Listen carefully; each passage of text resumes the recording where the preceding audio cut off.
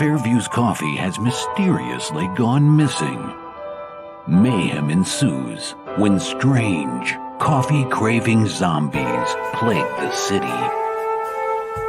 Detective Mickey Potatoes, an overworked public servant, uncovers why ordinary citizens are losing their minds and how to stop the coffee apocalypse. But it involves the mafia. And when you're dealing with mafia crime families, nothing is ever easy. The mafia controls everything in the city, including the police, including him. If he breaks the mafia, they will break him. So, the city is without coffee. The city is burning before his very eyes, but he's powerless. Detective Potatoes has the power to stop the coffee apocalypse, but if he does, he could lose everything.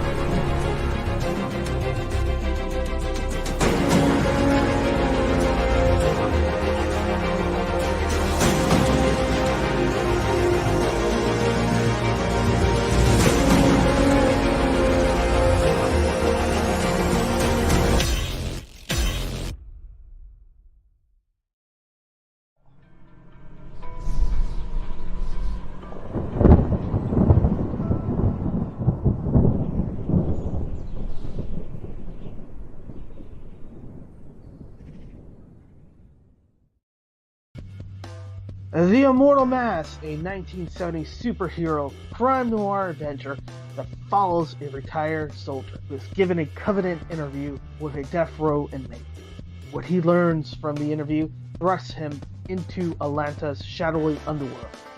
He'll have to utilize his military training to survive from being hunted for the information that could topple the most powerful ruling class in the city.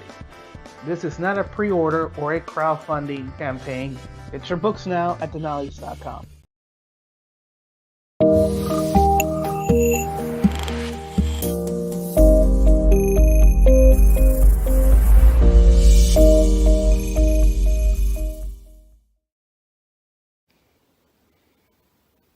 Hey, yo, it's me, Pops Van Marmalade, and you're watching the Comics-Related Madness Network. Huh? So come get some. CromCon. CromCon.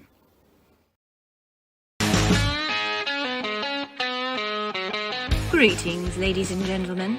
The name is Alice Brown, and I'm here to tell you that the Wild West has never been wilder or weirder, especially now that I'm in town. Are you fed up with the same old dusty and dull comic book stories? Then hold on to your hats, because The Vindicators is about to take you on a journey like no other. This is the tale of two unlikely heroes, Flint Decker, a Civil War veteran with steampunk-powered bionics, and yours truly, Alice Brown, a vampire with an insatiable thirst for redemption. Together, we're on a mission to save a town in Arizona from a mysterious and sinister influence that's enslaving the population. But this ain't your great-grandpa's Western adventure, folks. The Vindicators is a weird, wild, and action-packed ride. Think gun-toting bandits, Frankensteinian patchwork golems, and dastardly dwarves. It's inspired by classic 60s TV shows like Wild Wild West and The Avengers, as well as iconic films like Sergio Leone's spaghetti westerns. You're going to be transported to a world of peril and mystery, and don't think for a minute that this is just some nostalgic throwback. The Vindicators also incorporates modern influences from popular culture, making it a unique and thrilling ride that will keep you on the edge of your seat. So folks, if you're ready for a taste of the weird, wild, and wonderful West, then saddle up and back the Vindicators on your favorite crowdfunding platform today. Trust me, you won't regret it. Now, if you'll excuse me, I must bid you adieu. I have some bandits to decapitate and some blood to sip. I do declare, this town won't know what hit it.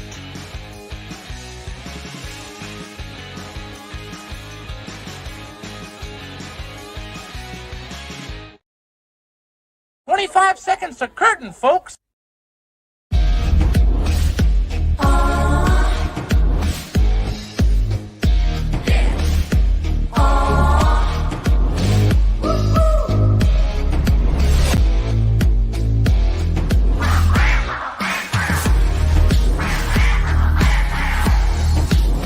Your favorite podcast is Critical Blast.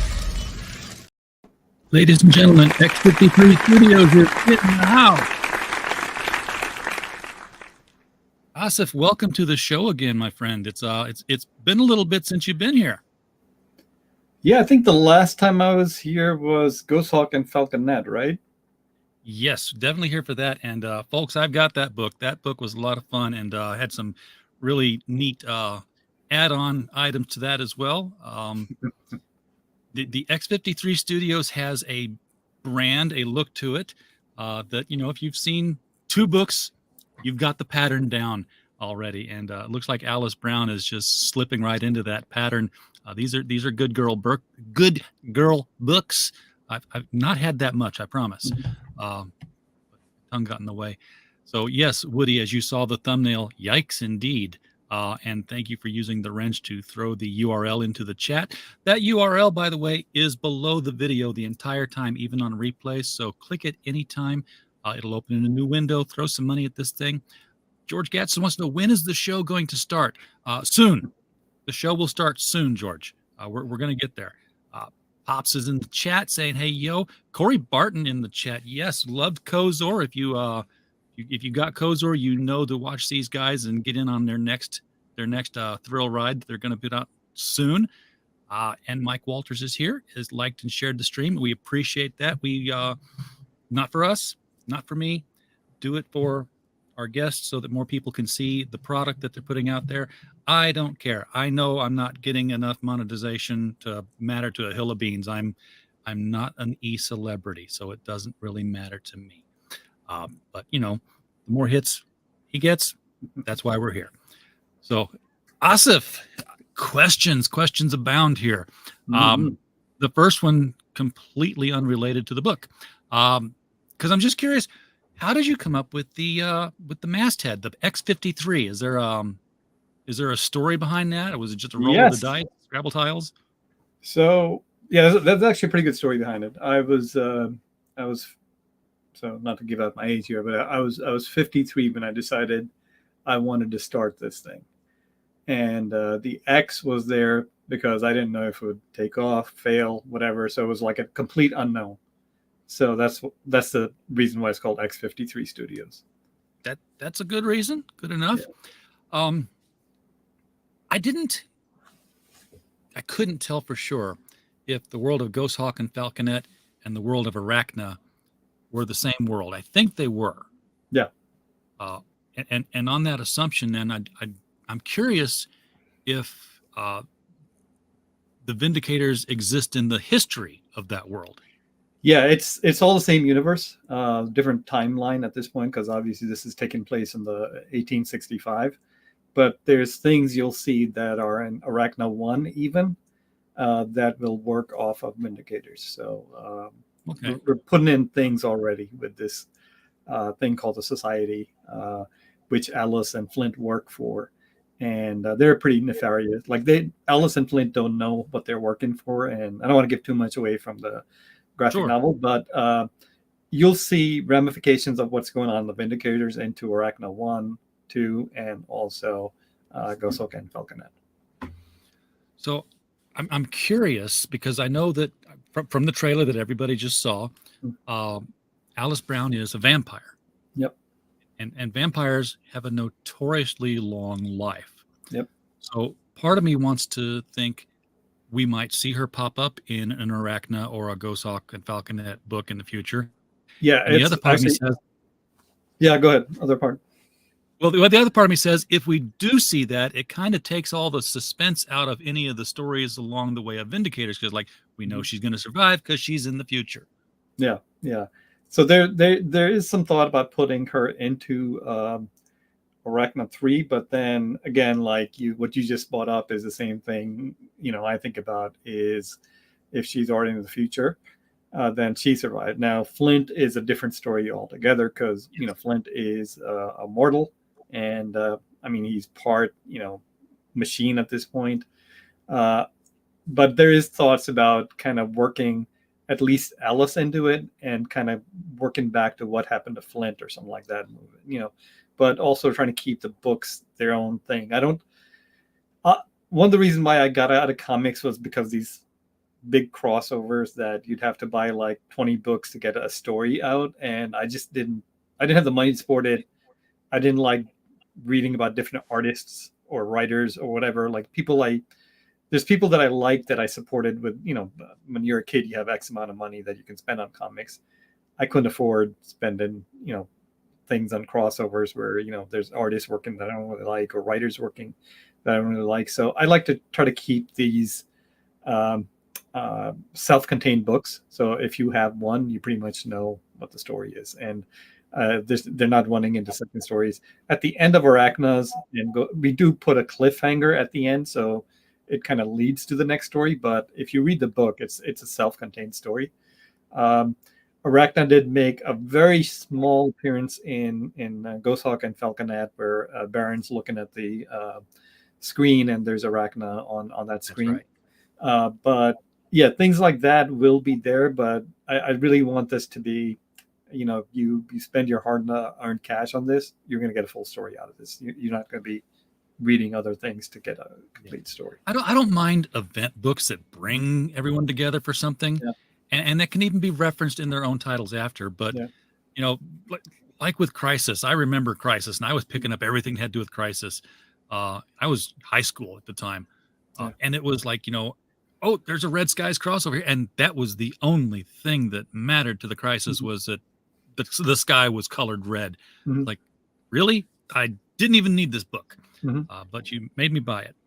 But, the stories themselves, my favorite crossovers were just the annual Justice League, when the Justice Society would show up. It was right there, all self-contained, all the characters come together, and you didn't have to buy every other book to know what was going on. That was the event right there. Yeah. Again, I was, those I think those were kind of where it started, and then obviously publishers might have realized that, all right, if you make them bigger and bigger and bigger, people buy more and more books or whatever. Yes. I think to a point, it's like team ups are fine, but I just don't like buying like 20 books to kind of get a story or whatever. That's not. Yeah, it's a total waste of effort, especially when the event suddenly becomes, you got to buy all the annuals. That was, like Secret Wars was brilliant marketing, because you didn't have to buy every book, but by golly, you were going to buy the books that had the characters you liked, because you saw them disappear in. Okay, let me backtrack that. Most events now make you buy the other books because you want to see how it relates.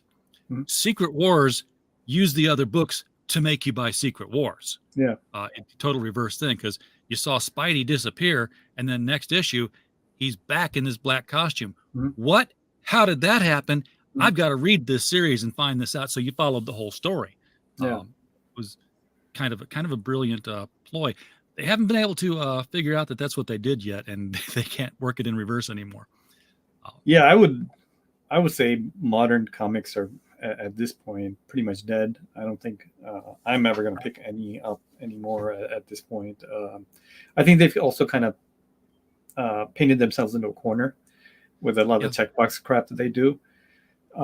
So it's good. It's good for indie publishers, because I think I actually did a post today where I said everything that's going to be whatever you want to use in terms like names, groundbreaking or exciting or whatever it is, that's going to come out of the indie comic scene. It's not going to come out of mainstream comics at this point, because they can't take chances. They can't they can't. They're really hindered in terms of the stories they can tell. They're also owned by mega corporations, and how they work is they don't want to Don't rock the boat. Yeah.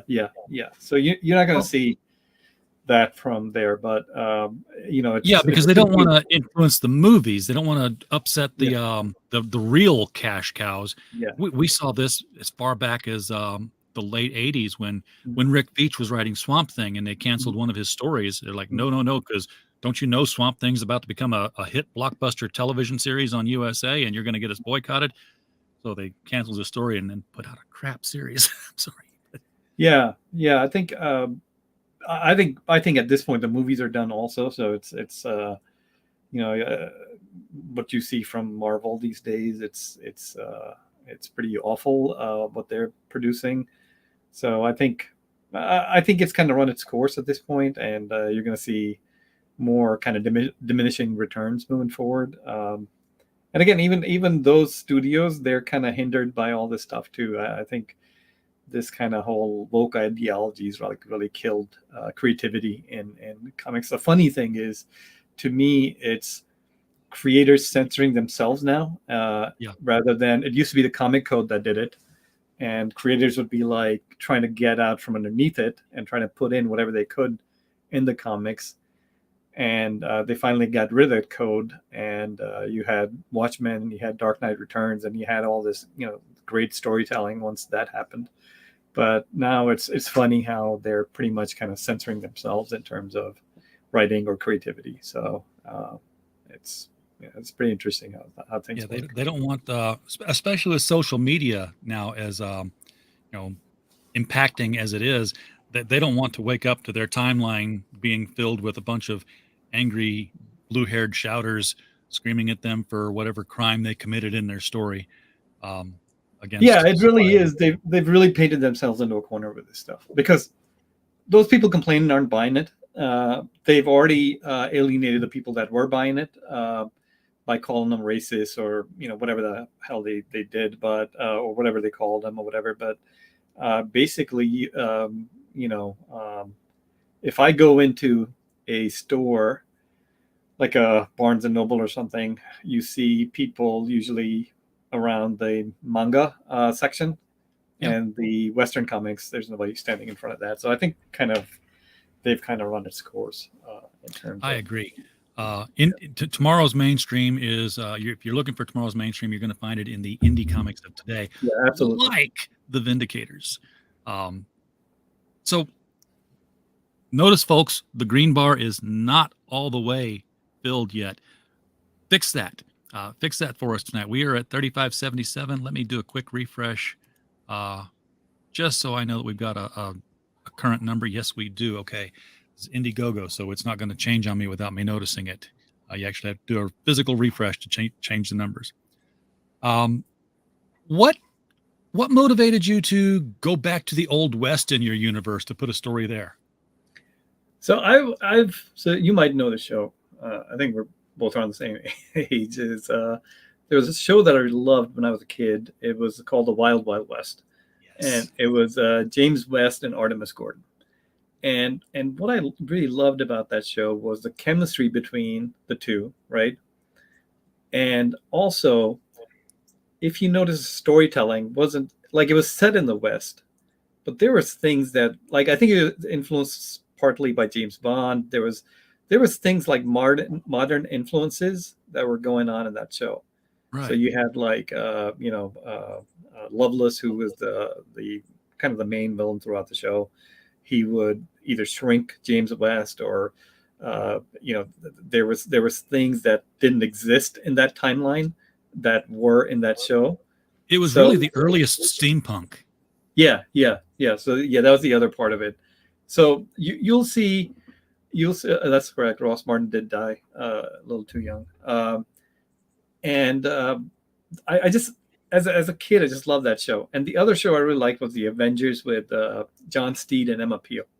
Yes. And there was something very similar about those two shows in terms of storylines. There was a lot of like sci-fi fantasy type thing in a show that is like, John Steed, Emma Peel are pretty much like kind of based off of James Bond, but the stories were a little bit more imaginative, more sci-fi, just more creative, I think.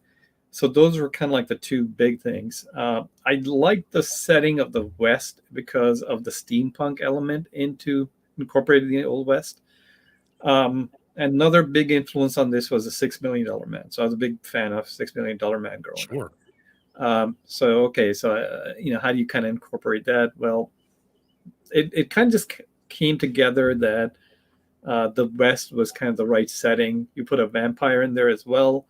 And I just find the way they talked in not that I wasn't there or whatever, but when I do watch Westerns or when I watch shows that are based in the West, I like the way they talk. So I just wanted to kind of explore that whole deal. So yeah, I was never a huge fan of Gunsmoke, the television series. Mm-hmm. I mean, it was on all the time. My parents were watching it, but now that I'm older and I'm listening to the classics on radio all the time, I've got that XM station tuned in pretty much permanently. Mm-hmm. The Gunsmoke radio series with William Conrad doing Marshall Dillon, man, that he just carries that whole show, and the voice, Harley Bear as his sidekick Chester. Yeah, there was the way they talked in these old westerns. John Daner as Paladin, those kind of people. It's enthralling. It really pulls you in. So if you're copying that kind of a dialogue and patter, then that was a big part of this whole kind of the writing part, was to make. We weren't there, so it can't make it authentic. But when you read it, it's different than how somebody would speak now. And I think some of it is pretty funny, the way they talk and stuff, and it's just got its own thing. So it's pretty cool. So when me and Marty were working on it, he's the writer of the book. It was really trying to get that kind of that Western dialogue down, correctly. Now, speaking of dialogue, we heard Alice talk. Mm-hmm. And she threw in that "I do declare" at the end there. That's usually a more Southern lilt thing, but I didn't get Southern from her, at least not antebellum South. Yeah, she's pretty much like Alice is like so old that there's a little bit of the accent is more British than anything else, but she's been around everywhere. And I think she's a quick learner as well in terms of like picking up habits, traits, whatever, in whatever section of the world she's in. So I really wanted to kind of keep it open. We don't get into her origin or anything like that. It's basically you're thrown into this story where she's a vampire, and basically the story is about Alice and kind of Flint learning to kind of trust one another, because more so than Alice, Flint does not trust Alice at all. So that's kind of like, it's almost like a buddy kind of, like those buddy comedy movies or whatever. There's a little bit of that in there as well. Yeah. So she's already pretty ancient. Even in the Old West. Yeah. Well, let's take a tour down here. So you got the story right up front, folks. If you want to find out all about what you're going to read and how big it is, 58-page book for the $25. That's better than most campaigns out there. You usually get like 48 page or even less. And you've got a panoply of different covers here. I love and hate that. I mean, I agonized over the Ghost Hawk and Falconet campaign because I'm like, which cover do I really want to get? And of course, I ended up getting that painted cover of Falconet, the clean one. I know there was a more expensive, less clean one, but I think I got a print. I'm not sure. I'll have to double check now. But you have artists that make people want to spend money. So you're recruiting the right talent. Yeah, I art's a big part of a comic. So it was a big part with me when I was growing up that the art has to be really good. And if it doesn't meet certain standards, then I'm not going to go ahead with a book. So luckily we have a good stable of artists at X53. So this is the main cover by Daniel. He's also the interior artist on this. Daniel Pasquale. Yep. Now I noticed that Alice's fashions don't necessarily follow the contemporary times. So one of the things that was kind of like a running joke with Marty is that she's going to dress like this in the Old West, and nobody's going to question what she's wearing. So nobody like just people just think it's all right. It never gets bought up at all, and that's part of like the fun and kind of when you're doing your own type of thing that you can kind of set your own tone and stuff. So yeah, you'll notice like throughout the book what she's wearing, nobody like makes any comments about like she's like almost like not even dressed pretty much. She reminds me of the girls that were in Warlord, and again, the Mike Grell book. Yeah, the Mike Grell Warlord. Yeah. Again, when comics were all ages, that didn't mean they were just for kids. My father would read Warlord and Jonah Hex, and I would read Warlord and Jonah Hex. And with Tara and some of the other girls in that thing, what they were wearing, I asked my dad, I'm like, and I'm a 13-year-old kid trying to get a rise out of him, like, what keeps their outfits on? Yeah. And I'll never forget, he just looked at me and said, ink. It's like, and that's what's holding Alice's outfit on here. Because that's at another stream for Arachna. We talked about this a little bit. When I was growing up, we didn't get into what the materials made out of, or is it realistic? It's imagination. It's comics. It's you don't have to. They're not supposed to. It's not the real world. Vampires don't exist in the real world. So why should we make like the clothing a cosplay challenge? Yeah, like when you say it's not supposed to exist, I say that's a cosplay challenge. Some lady get on that. Show up. At a con. I'm sure somebody can. No, I mean like, like when they say, oh well, like this wouldn't happen in the. It's in the real world or whatever, and it's a comic, man. It's like it's your imagination. If we wanted the real world, we'd read Catcher in the Rye or something. Yeah, you just want escape. You want fantasy. You want fun. And you just want to have a good time reading this thing, and that's what we're going for. This first page, this is the first page of the book, and it's just pretty awesome in terms of the dynamics that Daniel drew with angles, everything. And also the coloring by Javi Lapera is really great on this. And what I love about comics is you have the story, you have the art, you have the coloring, you have the lettering, and it all comes together to make this one page and one book, which I just find fascinating. I find the process of creating comics fascinating. And the first introduction to a character gives you the best insight. And when the first thing coming out of a guy's mouth is "son of a bitch," I know everything I need to know about Flint right now. And you have to get into their heads a little bit. The hardest thing about making these comics is the plotting and the story, the writing the story part. Because you really have to get into those characters and how they talk. And I think there's one kind of test that I think a really good screenwriter said was that if you can take their dialogue And if you change the names and they all sound the same, then you kind of failed as a writer. Yeah. It really has to be, this is the way this guy talks. This is his kind of certain character beats. And then this is the way another one talks. It goes down to even like these, bandits and henchmen and stuff like that. They have a certain way of talking, and you have to be consistent throughout. So it's really cool. But it's a lot of work, but it's cool when you see everything come together. And he is our bionic cowboy. So when you say that nobody talks about the way Alice dresses, is anybody taken aback by bionics? No. It's just like it's kind of just thrown in there. Yeah, just the way it is. Yeah, it's just there. And it's a new universe. So I don't want to base it on our universe or our Earth or whatever. So there's much more stories to tell in here as well. So yeah, those type of things I wanted to.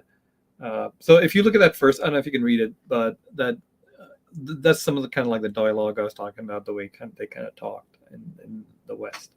Oh yeah, you done gone and landed yourself in a heap of trouble now. And here is Alice, who makes her debut. Yes. Quite a memorable one, I think. Now she's appearing not to Flint, apparently. So these two, who are these two characters then? Who are we looking at? So one is Flint, right? So there's a page skip here, so it's not in order right now. So this is page 8, and these bandits have kind of caught up to Flint, and he's they stopped the stagecoach, and they want what's on the stagecoach, and that's Flint saying, all right, well, you guys are in a heap of trouble now at this point. And there's some pages missing before this one, where they open up Alice's casket, and she bites one bandit's fingers off. And there's another really cool page where you see things from Alice's perspective, and their kind of veins run in on silhouettes. That's pretty cool too. So this is the page kind of after those pages. Okay, so this wasn't Flint talking to her saying stay back. He already knows. This is one of the bandits. Yeah. Okay. And she just takes his tongue right out of him. Yeah. Eesh. And of course, still hungry. Well. Yeah. So this guy, instead of having Alice eat him, he just shoots himself. I don't know. There's a whole movement, and I've talked about this on panels at conventions before about the vampire mystique, why women just throw themselves at the vampire and want to be bitten. One would think that there would be a contingent of men that wouldn't mind letting Alice have a little nibble. No. Yeah. So it was, it's kind of fun. So these are some of the decisions you're making as you're writing these things. And so this is the kind of main villain, which is De Graw, who is a dwarf, and then his kind of henchman, who is having this fight with Alice at this point. So he was, this is something that De Graw built on his own. Flint is also bionic, so Flint is a much better version of we call him Golem. Yeah. So she's not what am I going to say, indomitable in every single fight. She's going to have to work for things. I like. Yeah, De Graw is he's very smart. He is, I would put him in the kind of the Tesla range in terms of intellect. So he can prepare for these things. Right now, as you see here, he's turning on these solar sun lamps. Yep, and that weakens her. So yeah, she definitely has like the vampire weaknesses of sunlight, and then De Graw's create solar sunlight. So this is Golem and Flint going at it. Bionic versus bionic. Yeah, this is much later on in the story. So we're gonna have a lot of action in this, folks. If you are tired of Flint and Alice are not going to sit in the saloon and drink coffee and talk about this issue. They're going to go out and do something. Yeah. Now So this cover is, here, this is Robert Samlin. This is freaking gorgeous. I reached out to him. He does a lot of Blu-ray jackets. I just love his work. I didn't think he'd say yes, but he said yeah, and he loved indie comics, so he was happy to do a cover. I just think it came out awesome. This cover. This looks like an Avengers cover if the Avengers was a spaghetti western instead of 60 Spies. Yeah, but it is beautiful work here. Yeah, and then this other cover here is from Jungen Yoon. Yep, and he did the Arachna covers. He also does covers for Marvel, Spider-Man, and Silk, and all these other things. So I'm glad we got him to do one. If you look at the detail in Flint's clothing with the buckle, the bullets, and all that stuff, it's really cool. Yeah, I was just looking at the skull and the crossbones on the buckle there. Oh, and he's got a bionic eye. I see it lit up there now. Yep. Interesting to me. I actually read Cyborg in high school, the novel from which the series was made, and the bionic eye in that was not a long range focus. I can see things far away thing. It was just a miniature camera, and he had to wink and take pictures, and then he'd pop his eyeball out, and they'd pull the film out and develop it. So he can take pictures with his eye. It's not a. I was a big fan of Cyborg also. So.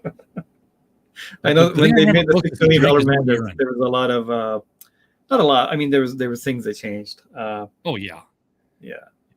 The thing I remember most was he was stuck in the desert with this one lady agent, and she taught him that he had to collect his urine and gargle it because they were going to be there for a while. This is also one of my favorite images from this book. This is Dalmos. He did this cover. I wanted it black and white with some hints of color. So I think it really pops with the color in this book. Yeah, it really does. And this is, there's no Flint here because, let's face it, Alice is what's selling the book. So why is Alice doing what she does now? I mean, I'm going to go out on a limb and say that Flint and Alice at least believe they're the good guys. Yeah, they believe they're the good guys. Alice partly is doing for redemption. I think she understands what what she is. She's also working for something called the Society. Well, both of them are working for Society, and that's a story for the second book. I think what's going to happen in the first book is going to set the tables for the second book. And for her, it's sort of a, if you want to call it a redemptive arc, there's a little piece of that. She wants to kind of help recruit certain people for this company that they work for. Okay, so there are other extraordinary people out there that could be become part of this. You're going to be really surprised by what's behind the Society. It'll be pretty interesting. Now here's another Dalmos one. I love this one. This one, I just recently got some prints, some sci-fi mad scientist prints from Greg Hildebrandt. Yeah, that's where this right in this line. I love Greg Hildebrandt's work, and I was lucky enough to meet both brothers a long time ago. I used to be an illustrator and showed them my work, and they were really kind. And where they say don't meet your heroes. Yes. They couldn't have been nicer. I don't know if you've met them. They could not have been nicer people. I spent over, I would say, close to 2 to 3 hours. They used to be in New Jersey. Their studio was it was about 45 minutes from where I was, and they sat and talked for a long time with me. So I'm a big fan of their work. So this is an homage to one of Greg's paintings. Okay. So yeah, I was right on the money with the influence there. And that's another cover. Now Carlos Granda has a cover here.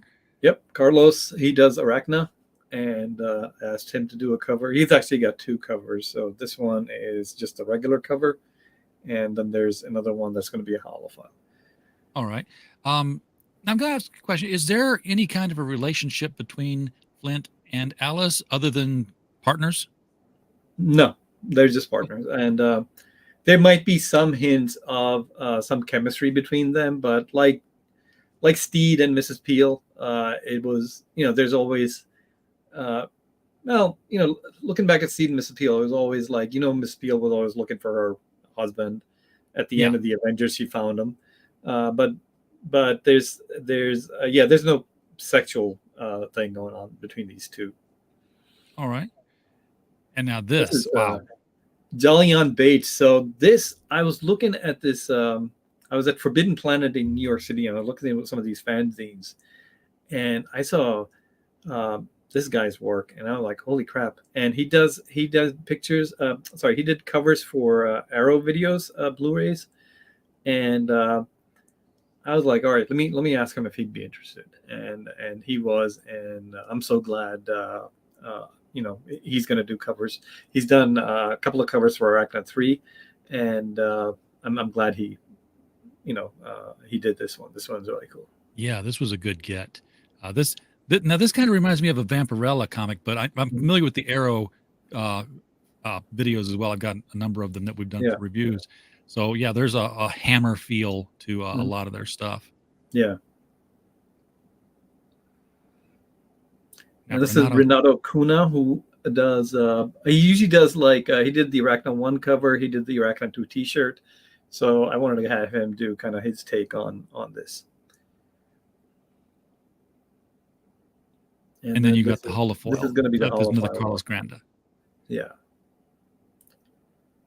So I'm guessing the holofoil, is it solid holofoil, or is it just the silver lining inside the casket holofoil? I'm thinking about it. I think I'm going to look into a couple of different things. There's like spot type things that you can do. I'm going to look into it. Wanted to make this either maybe the casket or maybe the skulls, or I'm going to kind of see the options here. Even just the again, if it were me, and you run your own company, if it were me, I would try to get a red spot holofoil on the lips and the outfit and leave everything else alone. But yeah, that's a pretty good idea. Yeah. But I'm just a mere art director. I'm not an artist. I can just direct. No, man, you got to listen to everything. You can't just sometimes there's things that I'm very kind of specific about. Otherwise, other times I'm just open to anything. You got some extra things on here. You're going to have standees. So these are a cool thing. I've got some standees from some different titles here. So this would be kind of cool to have. Now you've done the standees for Arachna and for Goshawk and Falconet. Yep. So I love them. They're in my room now. So I'm slowly starting to take out all the Marvel and DC stuff and replacing them with the X53 stuff at this point. So. Yeah, it's metaphorical meets reality now. Yeah.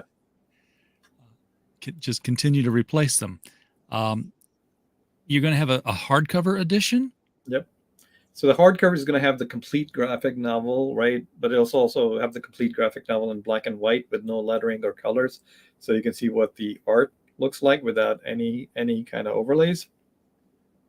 Okay. It's going to have all the pinups. It's going to have and some other really kind of cool stuff in it. And there will be a trading card. Now I saw that there were trading cards further down, and I scrolled quickly back up. I'm like, yeah, I wanted to make it a little bigger. Just so I want to see what a 5x7 trading card looks like. So it has the regular size there, but this is kind of a jumbo one. So I just wanted to kind of see what that would look like. You can get that. That's a cool Vindicators logo for your T-shirt. Yeah. And then I saw this. I'm like, okay, I'm going to. That's going to go on my hat with all my other pins. I've got to make sure I get the lapel pin. Normally, I'm sitting here looking at, okay, what not safe for work print am I going to get? And I haven't scrolled down that far, but there not a whole lot on this one, unless things are going to change in the future as you. Yeah, there's going to be one that's going to be NSFW, but and that'll be available with that mega pack. So. yeah, there's one that's definitely going to be available. You do have art prints of all the different covers here, and they will be available through here. You get the starter pack for your X53 universe, which will get you Arachna 1, 2, Ghosthawk and Falconet 1, and the Vindicators 1. So you can, immerse yourself in the X53 Studios universe. And if you want, you can do it all in hardcover, which I'm going to guess is also going to be including the black and whites on each of these. Yeah. Arachna 1 doesn't have it, but Arachna 2, Ghosthawk, Falconet, and Vindicators all going to have it. I'm going to a second printing of the Arachna 1, so I don't know. I might put that in just to kind of just make things consistent. Okay. And, of course, here's the mega pack we just talked about with the Mystery Limited NSFW, where W might stand for work, W might stand for wife. Your mileage may vary. It's just, and a mystery box. What's in the mystery box? Mystery box is I love these mystery box type of things. So there was only 10 available last time with Ghosthawk Falconet in both Kickstarter and Indiegogo. The feedback I got from them was fantastic. They, the 20 people that got them loved them, and I couldn't be happier. So sometimes with mystery boxes, you go, oh, well, I didn't want this or that or whatever, but they were all very happy with those mystery boxes. The values of the items in the box will be between $400 to $500. So, hey, you could get first printings, you could get acrylic standees, you could get a hardcover, Gickley. I can never say that. Gigli prints. Yeah, I don't know. It's like GIF or GIF. I don't know. I'll call it Gickley. You have to get your Gickley prints. I'm sure their artists are rolling their eyes at me right now. This is where I was like, the first 25 physical backers will get the NSFW Alice trading card. Missed that. I also missed the first 50, so I don't get that because it was at 51 when I looked. I'm like, missed it. Well, it's physical backer, so you might have gotten it. I might sneak under the print, sneak under the wire there. Yeah, but I better hurry up. Never mind. And this is a 5x7 print, so this is postcard size, pretty much. Yep. A little bit bigger than a postcard. Bigger. Postcards are what, 4x6? 4x6. Yeah. Now there's if you sign up today, if you sign up right now, you still get the Flint penciled trading card here. Not trading card, print 5x7 again. And who's doing the art on the prints? Daniel's doing the art for these. Okay. And then when you hit 5,000, which have we? No, not yet. But not yet. I'm running these two campaigns together, like Kickstarter and Indiegogo. So we're past. We're close to 10 actually at this point. So okay, I've never known anybody to do that simultaneously. Huh? Sorry, I've never known anybody to do it simultaneously. Yeah, usually it's like usually I've done Indiegogo first, then I've done Kickstarter, then I've done like a 2-week type break between them, and I just wanted to see how simultaneously they would go. And it's just I know the usual path is Kickstarter first, and then there's a path that they've got between them where you can carry over the money from your Kickstarter into your Indiegogo. Mm-hmm. So as soon as you activate it, you're funded because all your Kickstarter money just shows up. Oh, really? Karen Nicole does this with all her stuff. She'll start Kickstarter. She'll raise 30,000 there, and then she'll go to Indiegogo and bam, $30,000 in 6 seconds. And the algorithm just starts I didn't know that. Everybody. Maybe I'll do that with Arachna 3. So it can take the whatever number you've made off Kickstarter and apply it to Indiegogo. Absolutely, it'll just say funded. You'll show 0 backers and $30,000, but it will definitely push it in front of people. You learn something new every day. I'll have to look into that. Yeah. Woody's talking to the art here. He's saying it's very impressive. Pops likes it. So that's a good endorsement. You need to get on Pop's channel sometime. You're actually technically on Pop's channel tonight.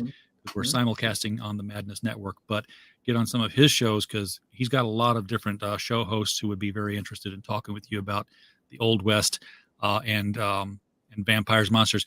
Like Brian Christgau, if you're listening here, Brian runs a horror show on his channel, and B, he writes Six Gun Gorilla, which is set in the Old West. So there's a double threat there. He should definitely get with you and talk about this.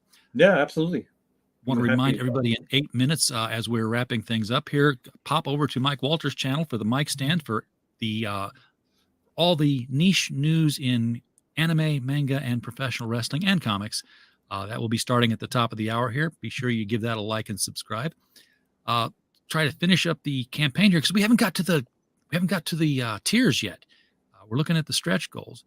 But basically, like every $5,000, we're going to hit another card. Okay, so the tiers are not off to the left here. I'm going to have to scroll to the right. You can get the Vindicators here, basically the book. You're going to get that and all the stretch goals and the digital version for $25. That's a decent deal. You can get just the jumbo trading card. This is 5x7. This is kind of cool though. I mean, it's big, but it's a trading card. It's almost like one of those giant checks that Ed McMahon shows up at your door with. Yeah. And a lot of these things I see people buying as add-ons. So it doesn't show up here, but it shows up when I get the email that somebody backed a project. So a lot of people are buying. Like when you do buy add-ons, you're saving on shipping. So definitely check out add-ons when you're getting something. If you are out of space in your room and you simply can't get any more physical comics, the digital edition is here for $15 PDF. Which will be mailed to you. $15 for this lapel pin, and of course you'll still get all the unlocked stretch goals. It's a physical item, so you're good there. You're contributing, and then of course we'll look at the variant covers. If you like that Robert Samlin cover, $25. If you like that Dalmos art cover, remind me to click on this later, Siri. $25 for that one. Damn it, choices. I'm like, I'm sitting here thinking I've got those two El Dorado thieves in my head now saying, why not both? Both is good.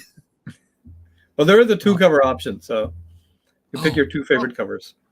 Yeah, but here's the problem. You've also got this Jolyon Yates cover here. There's three. Okay, that's $75. This is gonna hurt me. All the covers, $25. I like that. I know that some people, they're like, hey, I got, famous artist and he cost me a lot of money, so his cover is going to be $45. I hate that, but, I understand it. I like that they're all the same price. You just pick what you like. The acrylic standees, $25 each.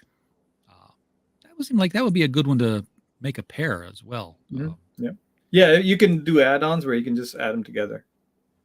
And we're back to the other variant covers, $25. Now this one's higher, but this is holofoil. I know it's more expensive to print this, so this makes perfect sense to make this a $35 cover. So if you want the Granda Alice holofoil cover, $35. T-shirt, $35 because it's low print run. I bought one of a patch today and it cost me $25. So low print runs are expensive. And here you go. Pick your two favorite covers and save $5. Thank you. Thank you very much. This is going to help me. Because wow, it was so hard to pick. Now, of course, you can look at this. I can pick my three favorite covers and save $15. See, you were thinking ahead on me already. Yeah. RJ's going to want three of those different covers. Although I'm thinking, wow, if I could add on the prints, but the prints come as a set, right? Three. You pick your three favorite ones, and they're 11 by 17 each. Oh, the big ones. Ooh, 11 by 17. When I get an 11 by 17 print, that usually means that the day after it arrives, I go to Walmart and get an 11 by 17 frame. Yeah. And it goes on the wall. So, yeah, one of these is going on the three. I guess three of these are going on the wall since it's a pick three. You can get all four of the graphic novels right here. We saw that. And the hardcover, $180 to get all four of them this way. And it still comes with the digital editions, by the way, folks, and all the stretch goals. The Mega Pack, which will have the mystery print, have the digital edition, all 8 print edition covers, the exclusive Not Safe for Work variant cover, and the holofoil cover. So, yeah, it's the whole shooting match. That's what it should have been called. It's an Old West thing. It's the whole shooting match. And then the X53 mystery box, $250 for a minimum $400 value. 3 out of 10 of these acclaimed. It's a limited deal, so 7 more left. So I've reached the point now where I've talked a lot. So interrupt me at any time, Asif, if you need to here. But I'm going to reload this page to see, did things change? This is where I get super embarrassed because nothing happened. No, so one of the things I've learned about these campaigns, and it's very stressful to run these things, because right now it's doing both Kickstarter and Indiegogo. Where it was before, I would do Indiegogo first, Kickstarter, so it's like 2 months of tension, and right now it's a month of tension. And what I've learned is that you got to look at it once it's over. So once the 30 days are over, then you see where everything is. So this one is going the same kind of route as Ghosthawk and Falconet in terms of where it is. So I think it'll probably be around there. When you create a new IP, it's always kind of like a little bit lower than the main one, which for us is Arachna. So it's a very kind of tense month, and you tend to kind of be hitting refresh a lot. But since this is over 2 different platforms right now, I just need to make sure that it is moving, not stale. So we're getting a good amount of backers every day. So the argument I've heard against using both platforms at the same time is that you're splitting your audience. I mean, all those people could have all funneled into one, and this one could have hit the funding goal by now. I think this will hit funding goal. I don't think that's an issue. The Kickstarter's at around I think 6,200, something like that. So it'll definitely hit the funding goal. I just feel like certain people are very, very specific to Indiegogo. Other people are very specific to Kickstarter. They are. I mean, this has Kickstarter written all over it because Kickstarter is where you go for the bad girl, big boob comic. Yeah. So it's I'm kind of, part of it's just kind of learning. So, my day job is in marketing. And one of the things I stress to the staff that works for me is to, try different things. Don't be afraid of doing certain things. Now, they might backfire, they might not backfire, but at least I was kind of curious if you do both at the same time, what the results are going to be. But I feel like I think it's where it needs to be at this point. It's close to, I think we might be over or close to 10K at this point. It hasn't been a week yet. So I think it's going well. And I didn't know, I'm glad I talked to you today about it. I didn't know that there was where you can take the Kickstarter total and apply it to the Indiegogo total. Yes. And both those exist. And of course, I'd be remiss if I didn't say there's also fundmycomic.com. That's the other thing I was going to say is that's something that I've been hearing more and more about in the last, I would say, few months. So that is, and a lot more in the last month than the last few months. So that's something that I would probably do moving forward as well. See, we're a small studio at this point, and we need to get as many people as possible that support our book. So I'm not playing favorites anywhere. There's other things. Everywhere. Yeah, Indiegogo's got his thing that they shadow ban certain Comicscape's book. Kickstarter got their thing. They just removed Mike Barron's book. So you don't want to. Yeah, you don't want to. I don't want to be playing favorite. So it's just I'm just going to put it on.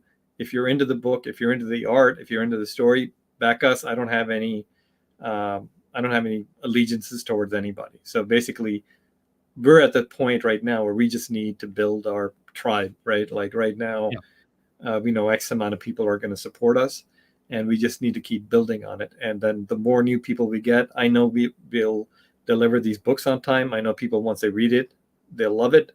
But we just need to get it out to as many people as possible. So I'm not into like, I only do Indiegogo, or I only do Kickstarter, or I only do this or that. So, Backer Kit might be doing this also. Sorry? Sell comics anywhere they sell. Yeah. Just get it out in front of as many people as you can. And the product, I think, is good. I think not because I'm appearing on your show or whatever, but I think if you look at the art, the interior artwork, right, and put it against any book, Marvel, DC, Image, whatever, I think it compares very, very favorable to them. So I'll put my book up against anything. The paper we use is much better than any of these other publishers they use. So overall, I think, we have a very, very competitive product. The only thing is we just got to get it out in front of as many people as we can. I can attest to the quality of these books, folks. I possess them. They've been in my hot little hands. These are not cheaply printed books. Marty has an interesting question. I've talked about both of these things in the past on different shows, and I'll be happy to expound on it again. He says, what's your thoughts on offering a collectible card game versus traditional trading cards as perks tiers? So first of all, with trading cards, people haven't really taken advantage of what trading cards are. If you remember, trading cards were about the chase. And how do you make trading cards a chase thing when you've got your campaign? What I have proposed multiple times is that you indie folk need to network with each other. And, like X53 could say, hey, 4, 5, maybe even 8 other indie creators, can we get all 8 of our characters, or if you've got 2 characters with Ghost Hawk and Falconet, and they've got 3 characters with another one, can we do something where we can get 9 distinct cards between all of us and have one artist paint one scene like the X-Men Fleer cards, where you've got all 9 of your characters, but they make a picture when they're all together, so that you can say, hey, here's this card or these 2 cards with this campaign. Did you know that if you go to this campaign, you can get the other 3 cards, or this campaign, you can get the other 5 cards? All these campaigns will go together. We're OCD in this community. We the fans have this, and we, as much as we complain about the crossovers and everything, there's a reason why they still do the crossovers, because we still buy them. And as long as we do that, they're going to keep doing it. Yeah. We're completionists. So I might have said, hey, I backed Ghost Hawk and Falconet, and I backed this other campaign. You mean if I go get these other... Well, now I've got to, because I've got to complete the set. I can't just have them in the page with holes in it. I've got to have all 5 cards. I've got to have, all 9 cards. It's got to be a complete picture. That's what I think trading cards should be. You've got to chase them. So now you've got to go to these other campaigns. So you're sending people to other campaigns. They're, of course, sending people to your campaign. And you all all your boats rise on that tide. I think that's something that I have not done more of, in terms of even as something as simple as just, doing like an update of, promoting somebody else's and they'll promote yours and stuff. I read somewhere that as I think there's a competitive nature to a lot of these campaigns, but this guy had an interesting point where he said that basically we're all kind of in the same boat. We're indie creators, and we should be kind of promoting each other. Be competitive, but you can still be competitive and realize, hey, by participating in this, I've got 8 other campaigns that are sending people to me that might not have come to me. Yeah. So it's an investment. It's, you can hate the people, go ahead, but use them and get your thing. As for a collectible trading card game, this is something else I've talked about a long time ago. Somebody could put together a basic trading card game, and I know people are working on it. I haven't seen it come out yet. I know a couple of different people are doing it, but ideally it would be like an open source kind of thing, where the engine would be licensable, and not for a whole bunch, but just say, yeah, if you want to participate in our game dynamics or mechanics, and you want it to be official, buy a license from us, and then you can make, X number of cards, so that if you had an Arachna set of cards, and you've got the rules for how they work, and you sold that trading card pack with the Arachna 1 book, and then you come out and you say, hey, here's some supplemental cards for Vindicators and some supplemental cards for Ghosthawk. You can shuffle them into the deck and they still work with the game dynamics. Now, if you're licensing that game out to other creators, and you're sitting down to play whatever the game is called, and you're putting your cards out, and you suddenly throw out a Cyberfrog card, your opponents can be like, where the hell did that come from? And it's official, and it fits the rules, and it doesn't break the structure of the game. Or you could have, characters from the Lucent, or characters from Private American. And then you've got this intermingled crossover. You've got a crossover happening that nobody has to make happen but you, the player. You get your cards from wherever and throw them into the game. Yep. Well, this is something Marty's big into, so he's always asking about cards. So, well, Marty, take that, go forth and conquer. Somebody's going to do it, and when they do, it's going to explode. So and maybe it's all pie in the sky, because I know working with other creators is a lot like herding cats. Yeah, I think it's part of it's just going to be you do more and more of these, and you'll make more and more connections and stuff. The other part is it's part of it. Like it's I do a full-time job. I have another business I work on, and then it's this. So hours-wise, there's not too many hours in the day that are left. And I got a family also, so you got to try to spend some time there. Sure. As I grow this out, right now, starting to work on Arachna 3 at this point, and that campaign. And after that, there's going to be a team book that we're releasing called the Omada. And after that, it's going to be Ghosthawk Falconet. And I'm also talking to these guys about create our own project as well. So, I want them to grow with the company as well. So there's only so much time in the day that you have that you can do this.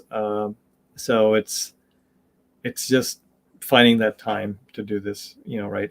Part of it, there's a charm in this also. We don't do this. This is not our full-time thing. This is done nights, weekends. I was on, I think it's Joe Sontag's stream, and I think he does a full-time job also, and he's doing this also at nights, weekends, and stuff. And there's something interesting and almost kind of romantic about doing things like this, because this is for the craft. We're not doing this for the money or anything like that. Basically, I was sick of what I call corporate comics, which is Marvel, DC. And instead of complaining about it, you create your own thing. And that's, take that energy, take that, focus and put it into something that's, down the road, will be your own. How much, I get streamers are, they're monetized, they're making money off this stuff. But to me, complaining about what Marvel and DC is doing with their characters, I don't give a shit, because it's basically, it's not even the characters, it's the talent that was on these characters. So John Byrne, Chris Claremont, Terry Austin made the X-Men. Before that, it was X-Men was a floundering book. It wasn't, Dave Cockrum too. I think Dave Cockrum doesn't get enough credit for the X-Men. Fantastic Four was made on the shoulders of Lee Kirby, and then Byrne, and then there was a great Perez run and all this stuff. So it's really the creators that made these things. At this point, I don't even recognize these characters, and I don't really care, honestly. They're ruined at this point. So go listen. There's plenty of people who are in the independent market who are creating their own things that are also influenced by these books from the 80s, the 90s. They're creating their own characters. It's a more unique vision.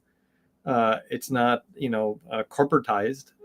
Go look at these books that these indie creators are doing on Indiegogo, Kickstarter, and you'll see a lot of good stuff coming out of there. So I would say just, support those guys. You don't have to go support this, this crap that they're putting out. Absolutely. So you've got a fourth title coming out, and my question regarding that is how many titles is sustainable when you're crowdfunding? Because minimum crowdfunding is 3 months. That's if you run it 30 days, print it in 30 days, and fulfill it in 30 days. So if you've got 4 titles, if you just cycle through those in a year, you've got a year between issues of the same title. How do you how could you do that? I think 4 is the max. I was going to do 4 campaigns this year. It looks like it's going to be 3 this year. But it's just a lot of work because it's not just the putting on the campaign and putting on these things. The shipping and all that stuff is 2 months minimum for each campaign. So that takes up a lot of time. And so yeah, 4 I think is the max in terms of what we can do. Now what we do is, and I'm not really that experienced in this, is to maybe start looking at comic shops or something like that, do something at a smaller level, like maybe a 20-page book on cheaper paper or whatever that kind of fits into that $5.99 mold. Right. And then maybe look at distribution via that. But for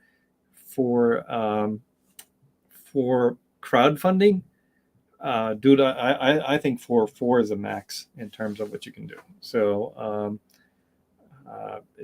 I don't think it's possible to do more than that, unless you kind of scale or do whatever. But we don't make enough to be scaling and stuff. So it's just 4 is going to be the max. That's going to be it. Either that or start hiring.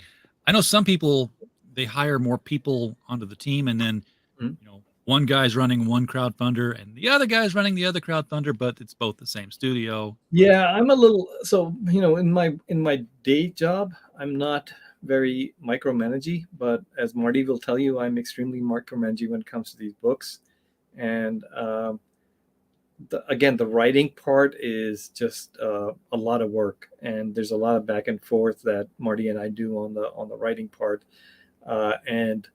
I think Marty has the toughest job in the whole, between the artist, the letterer, the whatever, colorist. As a writer, I think there's a lot of things that I'm looking for in terms of character beats, plot lines, things like that, you're not just telling kind of one story. You want to kind of make it so you can go back and say, oh, look, they were thinking about this already back in issue 1, that type of thing. That's kind of stuff that used to make the Marvel Universe. Yeah. Yeah. So it's really that's probably the most difficult part, is the time consuming part. I won't say difficult. Time consuming is the writing. It's tough. You guys are making it happen, and again, quality product, folks. Hit the link below the video. Get out there and fund the. I've got the Indiegogo link, but there is a Kickstarter link that I didn't grab. Wherever you want to fund the book, that's your prerogative. Whatever you like, get out there and make this one happen make it happen on both platforms. You can do that. Asif, thank you so much for coming on the show tonight and bringing the Vindicators to us. And do appreciate getting to meet your new characters and watching this universe grow out further. Yep. RJ, thanks for having me. I'm going to see you with Arachna 3 next time, which will probably be in another month or 2. So fantastic. I'm looking forward to that as well, because Arachna is going to be in for quite an issue 3. So she's the masthead character for the company. So yeah. So she's your Superman. Yeah. All right, everybody in the chat, thank you so much for being here tonight. We don't have a show without you, so we're glad that you're here. And as always, while you were here, we just hope you had a blast. Good night.